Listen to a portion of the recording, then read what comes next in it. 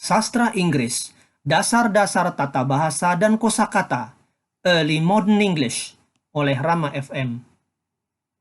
Tujuan materi ini untuk berbagi informasi tentang tata bahasa sastra dan gaya bahasa formal kepada para penutur bahasa Indonesia yang membutuhkan dan berminat, terutama bagi mereka yang sudah pernah mempelajari tata bahasa Late Modern English atau 20th Century English. Dengan bekal pengetahuan dari video saya ini, diharapkan nantinya para penonton video saya bisa memahami tulisan teks sastra Inggris dan bahasa formal, seperti dalam puisi lama dan dokumen-dokumen resmi. Untuk siapa materi ini? Untuk para pemula yang tidak tahu apapun tentang dunia sastra Inggris, tetapi ingin fokus dan ingin serius mempelajari tata bahasa sastra Inggris dan bahasa dokumen. Manfaat materi ini untuk menambah wawasan kita tentang bahasa Inggris, bahwa bahasa Inggris itu mempunyai aneka ragam bentuk, diantaranya adalah bahasa sastra dan bahasa formal. Bahasa dan sastra Inggris, tata bahasa sastra dan formal, untuk karya sastra dan dokumen resmi. Introduction.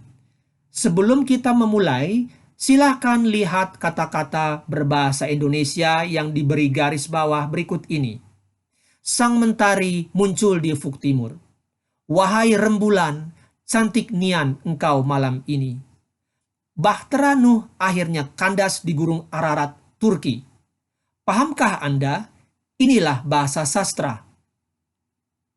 Sekarang, lihatlah kata-kata berbahasa Inggris yang dengan warna merah berikut. Pernahkah Anda melihat ungkapan-ungkapan seperti itu? Inilah sastra Inggris. Oh Romeo, Romeo, wherefore art thou, Romeo? Joy to the world, the Lord is come.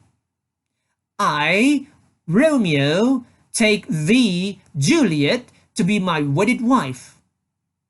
Our Father, who art in heaven, hallowed be thy name, thy kingdom come. Thy will be done on earth as it is in heaven. Thee do we worship, and thine aid we seek. Sekarang, lihatlah lukisan ini. Siapakah dia? Bahasa Inggris yang kita ucapkan pada masa sekarang ini berasal dari gaya bahasa Inggris William Shakespeare, sastrawan Inggris yang paling terkenal. William Shakespeare telah memberikan sumbangsih besar kepada perkembangan bahasa dan sastra Inggris modern melalui karya-karya sastranya.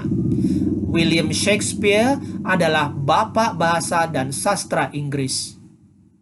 William Shakespeare menulis banyak karya sastra. Salah satu karya sastra yang paling terkenal yang pernah ia tulis adalah sebuah drama yang berjudul Romeo and Juliet. Banyak penulis puisi yang menirukan cara berbicara William Shakespeare. Bahasa sastra dan bahasa formal dipengaruhi oleh bahasa Inggris Shakespeare. Kita akan bahas bahasa sastra di sini segera. Pendahuluan. Bahasa Inggris yang kita kenal sekarang ini tidaklah muncul secara tiba-tiba di muka bumi, tetapi munculnya melalui 3 tahapan evolusi, yaitu 1. Bahasa Anglo-Saxon atau Old English. 2. Bahasa Middle English. 3. Bahasa Modern English. Anglo-Saxon atau Old English.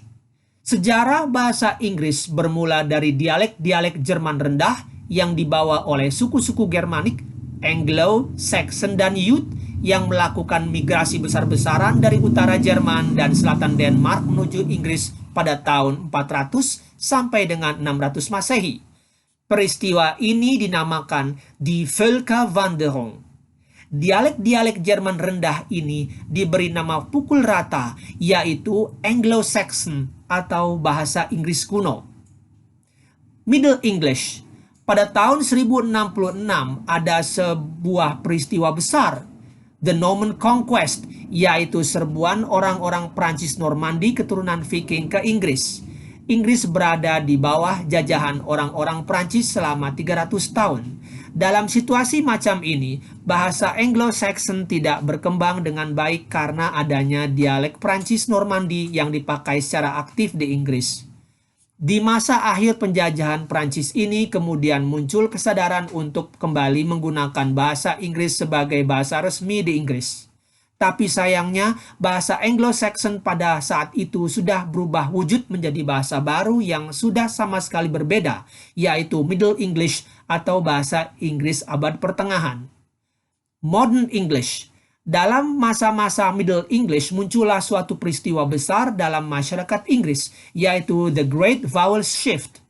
Karena peristiwa ini, banyak bunyi-bunyi bahasa Inggris yang bergeser dan akhirnya muncullah Modern English atau bahasa Inggris yang kita kenal sekarang ini. Pada masa-masa awal Modern English muncullah zaman Renaissance, suatu zaman keemasan dalam kesusastraan Inggris. Dalam masa Renaissance ini, pujangga-pujangga Inggris ternama lahir, salah satunya William Shakespeare. Jenis bahasa Inggris yang dipakai pada zaman ini dianggap sebagai bahasa sastra dan sampai sekarang pun jenis bahasa ini masih dipakai walau hanya dalam hal-hal kesusastraan dan keagamaan. Kita akan segera pelajari bahasa sastra ini di sini. Kita mulai dengan kata ganti orang.